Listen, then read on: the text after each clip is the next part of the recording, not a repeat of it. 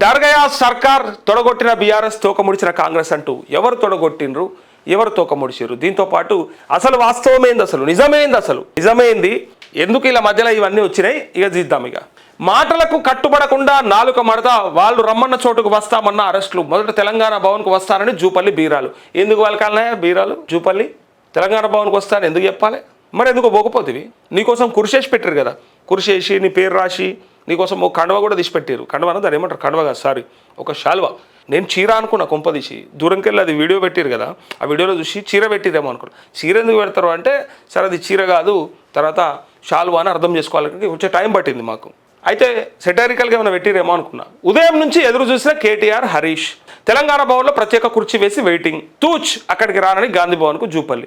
ఆడికి పోని పెద్ద మనిషి మళ్ళీ చక్కగా గాంధీ భవన్కు వెళ్ళాడు. గాంధీ భవన్కి ఏం చేసాడు, మళ్ళీ గురుకులాల్లో టెండర్ల అవినీతి నిరూపించేందుకు గన్ పార్కు రావాలని బీఆర్ఎస్కు మళ్ళీ మంత్రులు సవాలు. కాంగ్రెస్ మంత్రులు బీరాలు బలికి జబ్బలు జరుచుకొని కత్తులు తిప్పి ఆనక తోక ముడిచారు. చొక్కా మడిచి సవాళ్లు విసిరి చివరికి పలాయనం చిత్తగించారు. తల బిరుసు మాటలు మాట్లాడి ఆఖరికి తలదించుకున్నారు. దొంగతనం దొరికిపోయిన నోట మాటలు రాక నిశ్చేష్టులయ్యారు. వాదించేందుకు సబ్జెక్ట్ లేక సరుకు లేక విలువిల్లాడారు. నోటికొచ్చిన అంకెలతో రంకెలు వేసి సచివులు రుజువుల దగ్గరకు వచ్చేసరికి వెనక్కి తిరిగి చూడకుండా పరారయ్యారు. తామే కోరిన చోట చర్చల కోసం వేసిన సీటు ఖాళీగా వెక్కిరిస్తుంటే వెర్రి లాజిక్లతో వెకిలి వాదనలతో తమకే మింగుడు పడిన వింత వాదనలకు దిగారు. వివాదానికి కారకుడైన అసలు కథానాయకుడు పంపించిన స్క్రిప్ట్ను వెరిఫికేషన్ లేకుండా అక్షరాల వల్లించిన పాపానికి సీనియర్ మంత్రి నలుగురిలో బకరా అయ్యాడు.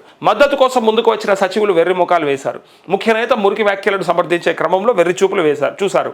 గట్టిగా దబాయిస్తే అంకెలు వాస్తవాలు పారిపోవు, మైక్ దొరికింది కదా అని నోటికొచ్చిన కథలు చెప్తే నవ్వుల పాలవుతారంటూ ఇక్కడ ప్రభుత్వం ఆస్తులైనా అప్పులైనా అన్నింటికీ లెక్కలు ఉంటాయి, దస్త్రాలు ఉంటాయి. వాటిని మార్చడం ఎవ్వంతరం కాదు. గత ప్రభుత్వ హయాంలో తీసుకున్న అప్పులెన్నో పార్లమెంట్లో కేంద్రం వెల్లడించింది. మైకుంది కదా అని, నోరుంది కదా అని నోటికొచ్చిన అంకెలతో రంకెలు వేస్తే చెల్లదు. ఎన్ని మాటలు ఎంత రొచ్చు, 8 లక్షల కోట్ల అప్పట, ఫోన్లు వింటున్నారట, ఇంటికో ఉద్యోగం ఇస్తామన్నారట. ఎవరన్నారు, ఎక్కడ, ఏ సందర్భంలో అన్నారు, ఏ మేనిఫెస్టో గ్యారంటీ ఇచ్చారో చెప్పగలరా? ప్రజలు ఏమన్నా పిచ్చి వల్ల ఏది చెప్తే అది నమ్మడానికి, ఎవరి మాట శిలాశాస్త్రమో వారికి తెలుసు అంటూ ఇక్కడ ఇక పంచాయతీగా నిన్న పంచాయతీ ఏంటంటే, గురుకుల టెండర్లలో జరిగినటువంటి అవినీతికి సంబంధించిన ఆరోపణలు ఇటుపక్క ఆర్ఎస్ ప్రవీణ్ కుమార్ చేస్తే ఇటు పొన్నం ప్రభాకర్ ఏమంటాడంటే, ఆర్ఎస్ ప్రవీణ్ కుమార్ ఎవరా, కోన్ కిస్కా అడిగితే నేను ఎట్లా చెప్పాలి, ఇట్లా ఇదే భాష ఇంకేమున్నది, ఇంకా జర్రా అటు ఇటుగా కొంచెం కూడేయడమా.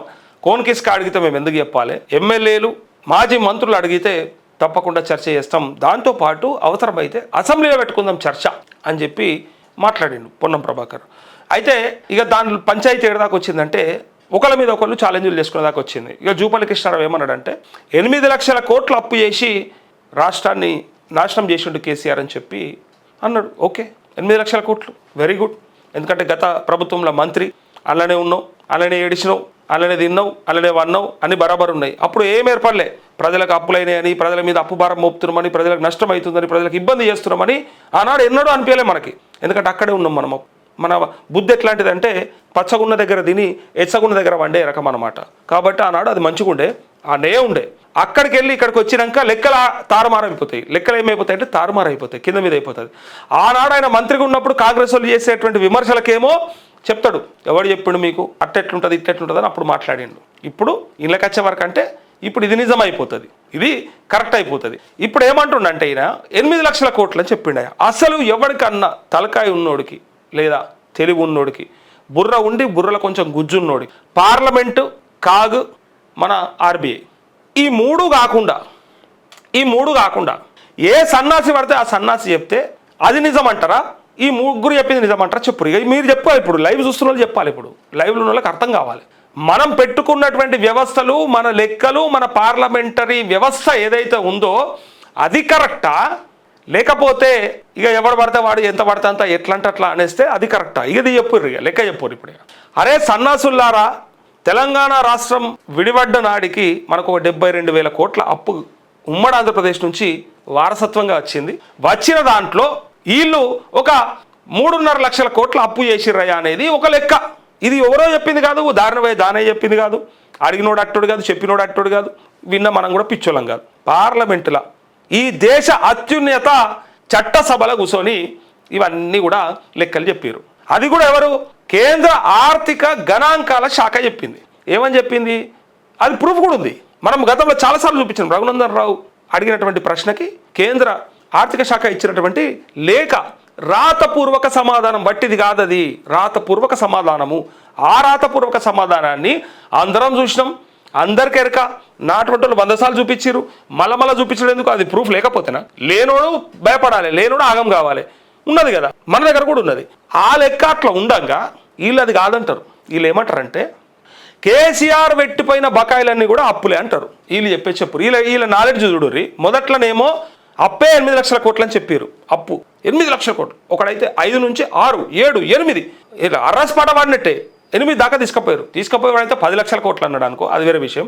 ఆడిగా ఊరు పేరు లేనోడు, తాడు బొంగరం లేనోడు. కానీ ఉన్నోళ్ళు మాట్లాడింది 8 దాకా మాట్లాడారు. ఇక ఈ 8 లక్షల కోట్ల అప్పు ఏదైతే ఉందో అప్పు అని వీళ్ళు అంటారు. వాళ్ళంటారు అధికారికంగా లెక్కలు వచ్చి, అధికారికంగా ప్రభుత్వం దగ్గర అయితే లెక్కలు ఉంటాయి కదా, అది లెక్కన, మీరు చెప్పేది లెక్కన అని వీళ్ళు కొట్లాడుతారు. అసలు నేనేం అడుగుతా, అసలు మీరిద్దరిట్లో ఎవరు తీరుస్తారు చెప్పురు మాకు. ఇక గిది చెప్పురు. ఇక అసలు ఉన్న ముచ్చట గిదివా, ఇక కుండ బద్దలు కొట్టినట్టు అడుగుతున్నా. నేను ఒక జర్నలిస్ట్గా ప్రజల పక్షాన్ని అడుగుతున్నా, ప్రజలలో ఉన్నటువంటి మాట అడుగుతున్నా. ఇద్దరు శుద్ధపూసలే కదా, ఇద్దరు సత్యవంతులే కదా, ఇద్దరు మీరు ఇక పతివ్రతమని చెప్పుకుంటారు కదా. మేమేం అడుగుతున్నామంటే ఎవని ఆస్తులు తాకట్టు పెట్టి, ఎవని ఆస్తులు అమ్మి, ఎవని ఫామ్ హౌజులు అమ్మి, ఎవని భూములు అమ్మి ఈ అప్పు కడతారు చెప్పురు. ఫస్ట్ గది పంచాయతీ చేయరుగా. అసలు అది చేయరు కదా మొదలు, ఇదంతా తర్వాత. ఇక ఎవడు ఎక్కువ చేసిండు, ఎవడు తక్కువ చేసిండు అవన్నీ మేము చూసుకుంటాం. ఇక పబ్లిక్ అంత అర్థమైపోయింది, ఎవడు దూర ఎవడు దొంగ అంత క్లారిటీ వచ్చింది. కానీ మేమేం అడుగుతున్నాం, ఎవరు కడతారు చెప్పురు అప్పు? ఇలా మీరు శుద్ధపూసలమని చెప్పుకోవడానికి వీళ్ళు ఎంతసేపు ఏం చేస్తారు తెలుసా? మేము గొప్పలం ప్రజల ముందర. ఇగో చూసిరా, మేము అప్పు కొంచెమే చేసినాం, ఇగో తక్కువ చేసినాం. ఈ దొంగలు 2.5 ఏళ్ళలో అంతగా డబ్బులు చేశారని వీళ్ళు చెప్పడానికి చూస్తారు. కాదు వీళ్ళే 8 లక్షల కోట్లు అప్పు చేశారని వీళ్ళు చెప్పి, వీళ్ళు చేసింది కూడా వీళ్ళ దాంట్లో క్రెడిట్ కలిపి నెక్స్ట్ మళ్ళీ వాళ్ళే 8 లక్షల కోట్లు చేసి అప్పు ఇగో గదే గిది అని చెప్పి మళ్ళీ రేపు కథలు పడడానికి వీళ్ళు ప్రయత్నం చేస్తారు. మేమేం అడుగుతున్నామంటే అసలు ఇద్దరు కలిసి మా అప్పంతా తీరుస్తారు, పీడబోతుంది. 119 మంది ఎమ్మెల్యేలు కలిసి, ఉన్న మంత్రులంతా కలిసి, మొత్తం ప్రభుత్వానికి ఉన్న సలహాదారులంతా కలిసి పెట్టిరుగా సలహాదారులను, వాళ్ళు వీళ్ళని. అధికారులను నేనేమంటలేను. ఇక అధికారులు ఏమున్నదా, ఇటుంటారు ఎవరు పని చెప్తే వాళ్ళు చేసేటోళ్ళు అధికారులు అంతా నామమాత్ర పొల్లాలు. ఏ ప్రభుత్వం ఉంటే అది చేసేటోళ్ళు మొత్తం. అంటే అట్లా మరి 200 కోట్లు అన్నా ఒకడు డిఎస్పీ అని అంటారు. మళ్ళీ ఇప్పుడే ఒకటి చూపిస్తాను నెక్స్ట్ వార్త. 200 కోట్లు ఒకడు 200 కోట్లు సంపాదిస్తాడు ఒక ఆఫీసర్. ఈడు అసలోడు దొంగ ఉడుకు. వీళ్ళు రెచ్చిపోతలేరా, కనిపిస్తలేదా? ఎవడన్నా కానీ అసలోడు ప్రజలని పాలించేటోడు సక్కనోడు అయితే ఆ దొంగలు అట్లా చేయకపోదురు. వాళ్ళే దొంగలు కాబట్టి అసలోడే దొంగ నేనేమో సంపాదించుకోద్దా అని ఒక డిఎస్పీ 200 కోట్లు సంపాదించుకుంటాడు ఈ రాష్ట్రంలో. పేదోడు 10,000 రూపాయల రైతు బంధు కోసానికి 6 నెలల నుంచి ఎదురు చూస్తుండే ఈ రాష్ట్రంలో. కానీ అధికారం ఉన్నోడు, అని చేతుల కర్ర ఉన్నోడు 100 కోట్ల రూపాయలు ఇట్లా మూలలు కట్టుకుంటుంటే చూసి పిచ్చోడైపోతున్నాడు. తలకాయ ఖరాబ్ అయిపోతుంది. ఏంది కథ, ఏంది ఈ దోపిడీ ఏంది అని. ఇక్కడ ఈ దొంగలిద్దరు కలిసి, నేను అంటున్నా దొంగలిద్దరు కలిసి అంటున్నా, నాకు ఆ ధైర్యం ఉన్నది, మీకున్నదా వాళ్ళకన్నా? ఎవడన్నా కండువాలు కప్పుకొని వార్తలు చెప్పడం కొనుకొని ఉన్నదా? దొంగలిద్దరు కలిసి ఏం చేస్తున్నారా మీరు? అప్పు తీర్చురు మాది. మీరు కొట్లాడబెట్టుడు తర్వాత సంగతి, మీరు తీర్చుర్రి. అప్పు చేయకుండానే ఉండాలి. చేసిన అప్పుల మళ్ళీ మేము గొప్ప అంటారు. ఇద్దరు కలిసి తీర్చుర్రి. మా మీద ఎందుక మీరు అప్పు మోపిరు? మళ్ళీ వాళ్ళు చెప్తారు ఇక మీకు ఇచ్చినాం కదా. ఎవరికి ఇచ్చినాం? ఈ అప్పంతా చేసామన్నా ఆంధ్రప్రదేశ్కి పంచి పెట్టినామా? ఈ అప్పంతా తీసుకొని పంజాబ్ రైతులకు ఇచ్చినామా? ఈ అప్పంతా తీసుకుపోయి వేరే రాష్ట్రంలో మా పార్టీ పెట్టుకున్నామని మాట్లాడతారు. మాకు ఎరకలేదా ఎవరేం చేసిరో? చూడలే, మా గతంలో మాట్లాడలేదా? గతం మర్చిపోతామా? అన్నీ ఆదుకుంటాయి. ఇప్పుడు ఏంటంటే గుడ్డికానం వెళ్ళనాయమని ఎదురు చూస్తుంది అంతే. అన్నీ గుర్తుంటాయి మాకు, అన్నీ ఆదుకుంటాయి. ప్రజలకి బరాబర్ తెలుసు అన్నీ, ఎవరు దొర ఎవడు దొంగ ఏందని. అయితే ఇక్కడ ముచ్చట ఏంటంటే ఇద్దరు కలిసి అప్పు తీర్చకపోతే సపరేట్గా మూసుకొని కూర్చోరు. ఇక ఎందుకు కూర్చోవాలి చెప్పాలనా? తీర్చేది మేమురా సన్నాసులారా. మీ అప్పు అని అంటున్నారు చూసిర్రా, మీ జేబులకి వెళ్ళి, మీ ఇండ్లకి వెళ్ళి, మీ భూములకి వెళ్ళి అమ్మి ఎవ్వరు కూడా పెట్టాడు. మేము తీర్చుకోవాలి. మేము మా పేరు మీద మీరు అప్పు చేసినామని చెప్పాలకెళ్ళి మీరు దోచుకున్నారు కదా, అది దాంతో సహా వడ్డీతో సహా కలిపి మేము కట్టుకోవాలి. ప్రపంచ బ్యాంకుక, వేరే దేశాలక, వేరే సంస్థలక మేము కట్టుకోవాలి. అది మా బాధ, అది మా తిప్పలు మేము పడతాం అని ఇలా ప్రజలు ఇంత క్లియర్గా మాట్లాడుకుంటున్నారు. మీ తమాషా అంతా, మీ హైడ్రామా అంతా ఏదైతే ఉందో దీన్ని చూసిన వాళ్ళు నా లెక్క న్యూట్రల్గా ఉండేటోళ్ళు, ఇక పార్టీలకు సరే బయాస్డ్ ఉండేటోళ్ళు అట్లా ఇట్లా ఉండేటోళ్ళు అది వేరే, ఎవరి లెక్క వాడు మాట్లాడతాడు. మా కేసీఆర్ సార్ చాలా తక్కువ అప్పు చేసిండు, అప్పు చేసిన ఆస్తులు క్రియేట్ చేసిండు, దమ్ముంటే వీళ్ళు ఎంత అప్పు చేసారో దానికి ఆస్తులు ఏం క్రియేట్ అయ్యో చెప్పమని చెప్పారని వీళ్ళు మాట్లాడతారు. కానీ నాలాగా న్యూట్రల్గా ఉంటారు ఒకటే చెప్తారు, ఇద్దరు దొంగలే, ఇద్దరు కలిసి చేసిన అప్పే కదా, ఇద్దరు చేసినా మేమే కదా భరించాల్సింది, ఎవడా మీరు ఏమైనా భరిస్తారు, మీరు ఏమైనా కడతారా అని ఇక్కడ చర్చ ఉన్నది. అయితే ఇక్కడ ఇక అప్పు ఇక వాళ్ళు అన్నారు ఏంటంటే కేసీఆర్ అక్కడక్కడ పెండింగ్లు బకాయిలు పెట్టిపోయింది కదా, అన్నీ కలిపితే 8 లక్షల కోట్లని ఇప్పుడు వీళ్ళు నాలుక మడత పెట్టారు. మొదలు ఏం చెప్పారంటే అసలు అప్పే 8 లక్షల కోట్లని చెప్పారు. అరే నాయన పార్లమెంట్ చెప్పిందిరా, మీకు తెలియకపోతే తెలుసుకోండిరా సన్నాసులారా అని కాగితాలు బయటకు రిలీజ్ చేస్తే కూడా, పార్లమెంట్లో సమాధానం వస్తే ఆ పార్లమెంట్ సమాధానాన్ని బయట పెడితే కూడా ఎవడు నమ్మడే ఒప్పుకోడే. అందుకే మళ్ళీ దాన్ని తీసుకొచ్చి మడత పెట్టి లేలే ఈ ఒక్కటి కాదు, కార్పొరేషన్ అప్పులు, పెండింగ్ బకాయిలు, కాంట్రాక్టర్లకు చెల్లించాల్సిన బకాయిలు, ఇంకా ఈ ప్రభుత్వ ఉద్యోగస్తులకు ఇవ్వాల్సినటువంటి రిటైర్మెంట్ బెనిఫిట్స్ అన్నీ కలిపి, ఫీ రియంబర్స్మెంట్ కూడా కలిపి అన్నీ కలిపి కేసీఆర్ చేసిన అప్పులు అని చెప్పేసారు. పెండింగ్ ఉంటే కూడా అప్పులు అని చెప్పారు. అంటే అవి కట్టాలి కదా అన్న అంటే మరి వచ్చేటి, మరి ఇప్పుడు నీకు రెవెన్యూ పెరిగింది, మరి వచ్చే డబ్బులు, ఇప్పుడు ఆస్తులు వాటి వల్ల వచ్చే ఆదాయం లేదా వాటి అసెట్ వాల్యూ ఇవన్నీ కూడా లెక్కేయాలి కదా. ఉత్తగా ఏదో చేసిండు మీరు చేసింది అని చెప్పురు. ఇద్దరు కలిసి ఏం చేసారా అంటే నిన్న పెద్ద హైడ్రామా నడిపించారు. నేను అడుగుతున్నా ఇద్దరిలో కట్టురు రాయిగా మళ్ళీ లేకపోతుంది కదా, మా పంచాయతీ పోతుంది కదా. అసలు ఎంత హాయిగా ఉంటుంది తెలుసా మనకు మీద 1,50,000 2 లక్షల రూపాయలు అప్పు ఎందుకు ఉండాలి చెప్పురు, మనం ఎందుకు కట్టాలి చెప్పురు. మీరే కట్టేసారు అయిపోతుంది, మాకు కూడా ఒక టెన్షన్ పోతుంది. ఇక మీరు మేము తక్కువ చేసినా అంటారు, ఓళ్ళు చేసింది అలానే కట్టురు. ఇక ఇద్దరు పొత్తులు కట్టకూరి, నువ్వు చేసి నువ్వు కట్టేసి, నువ్వు కట్టేసేయి అయిపోతుంది. బీఆర్ఎస్ వాళ్ళు చేసినప్పుడు బీఆర్ఎస్ వాళ్ళు కట్టని, కాంగ్రెస్ వాళ్ళు చేసినప్పుడు కాంగ్రెస్ వాళ్ళు కట్టని అని ప్రజలు ఎలా మాట్లాడుతూ ఉన్నారు. ఇగో ఇక్కడ ఇక నిన్న వీళ్ళు వచ్చిర్రు వాళ్ళు వచ్చిర్రు, వీళ్ళు ఫోన్లు చేసుకున్నారు, వీళ్ళు ఫోన్లు చేస్తే వాళ్ళు ఎత్తలేదని వాళ్ళు ఫోన్లు చేస్తే వీళ్ళు ఎత్తలేదని వీళ్ళు, ఇక తమాషా మస్తు నడిచింది.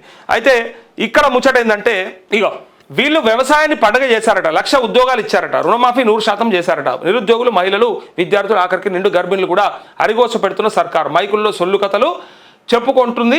ఒక దిశ లేని సర్కారు, పాలన మీద తనకంటూ ఏ ముద్ర వేయలేని సర్కారు, ఆయుష్లో అరభాగం అప్పుడే పూర్తయిపోయిందంటూ.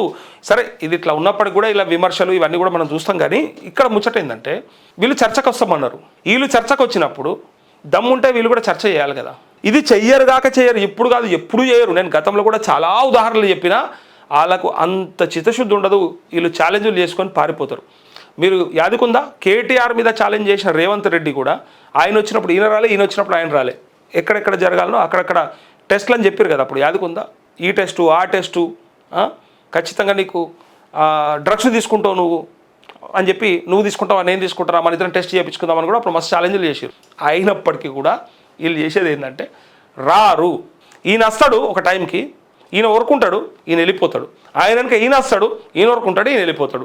సవాళ్ళు ప్రతి సవాళ్ళు అనే విషయం ఏదైతే ఉందో దమ్ము ఉంటే ఆడ 4 టేబుల్ వేసుకొని కుర్చీలు వేసుకొని కూర్చొని చేయాలనే చర్చ. ఇప్పుడు ఆ సీనాన్ని అడిగిన చూసావా, దమ్ము ఉంటే అసెంబ్లీలో చేయనిస్తలేరు అంటారు కదా, దమ్ము ఉంటే గట్లా ఏ ప్రెస్ క్లబ్లోనో యాన్నో ఒక దగ్గర పెట్టుకొని ఈ మంది మార్బలం పోలీసు వాళ్ళు అందరూ ఇచ్చిపెట్టాలి. మీరు నిజాయితీ పరులను అనుకుంటే కనుక ప్రభుత్వం నుంచి వచ్చేటోళ్ళేమో పోలీసులని మీ సెక్యూరిటీని పక్కకు పెట్టి మీ కార్యకర్తలను పక్కకు పెట్టి మీరు రావాలి, వీళ్ళు కూడా మీ కార్యకర్తలని అట్లే మీ పార్టీ క్యాడర్ని అందరూ వదిలిపెట్టి మీరు రావాలి. మీరు నలుగురు చర్చ చేస్తే మేము అటువంటి వాళ్ళు మేము అడుగుతాం ప్రశ్నలు, లేదా మేము చూపిస్తాం ప్రజలకి, అయిపోతుంది కదా. చెయ్యరు అది చేస్తే వాళ్ళకి బయటపడతాయి కదా. అసెంబ్లీనే చేయలేకపోతారు, ఇంకా బయట చేస్తారు వీళ్ళు. అయితే ఇక్కడ నిన్న బీఆర్ఎస్ వాళ్ళు కొంత దండలాడారు. ఎట్లా దండలాడారు అంటే సరే మా తప్పంటారు కదా, మేము వస్తాం, బరాబర్ వస్తాం, మేము 7 గంటల ఆడికి వస్తాం, మాకు అవకాశం మీరు అంతే అని వాళ్ళు అడుగుతారు. ఎవరైనా పోలీసులు అరెస్ట్ చేస్తారా? ఏమవుతుంది? మళ్ళీ వీళ్ళు చెప్తారు శాంతి భద్రతలకు విఘాతం. అసలు ఆ కార్యకర్తలందరినీ పంపించేసి ఈ నాయకులు పంపుతా అయిపోతుండే. హరీష్ రావు, కేటీఆర్, ఆర్ఎస్ ప్రవీణ్, అట్లా వీళ్ళు 3 4 ఇటు పక్కకించి ఈయన. సరే మళ్ళీ స్థాయి లెక్క పెడుతురా. మళ్ళీ నిన్న నేను చూసిన స్థాయి. ఒకవేళ మీరు బచ్చగాళ్ళు కేసీఆర్ రావాలి మాకు అంటారు ఒకళ్ళు. బచ్చగాళ్ళు రావాలంటే కేసీఆర్ రావాలంటే వాళ్ళేమన్నది, కేసీఆర్ రావాలంటే రాహుల్ గాంధీ రావాలి నువ్వెంత అని అంటారు. ఇక ఏంది ఇది? ఒకళ్ళని మించి ఒకళ్ళు ఏం చేశారంటే చివరికి రైతు బంధు అందరికీ బరాబర్ పడుతుందా లేదా చూసుకుందామంటే అది దొరకనీయకుండా చేసిరు. ఇక ఆ లెక్కలు దొరకనీయకుండా చేసిరు. రేపటి నుంచి ఆ వార్తలు ఉండే, ఇక ఇవే కంటిన్యూ. మొన్నదాకా అది పెద్దగా ఉండే, రైతులందరికీ అందిందా లేదా అన్నట్టుండే. ఇప్పుడు ఆ వార్తలన్నీ పక్కకు పోయినాయి. అసలు వార్త ముందరికి వచ్చింది. ఏంది? ప్రజలను డైవర్ట్ చేసే వార్త ముందరికి వచ్చింది. ఇది ఒకళ్ళ మీద ఒకళ్ళు ఛాలెంజ్లు చేసుకుని ఏం చేశారంటే ఇద్దరు కలిసి జనాల చెవుల్లో పువ్వులు పెట్టిరు అంతే. సింపుల్. ఇంతకు మించిన లాజిక్ ఏం లేదు ఇలా.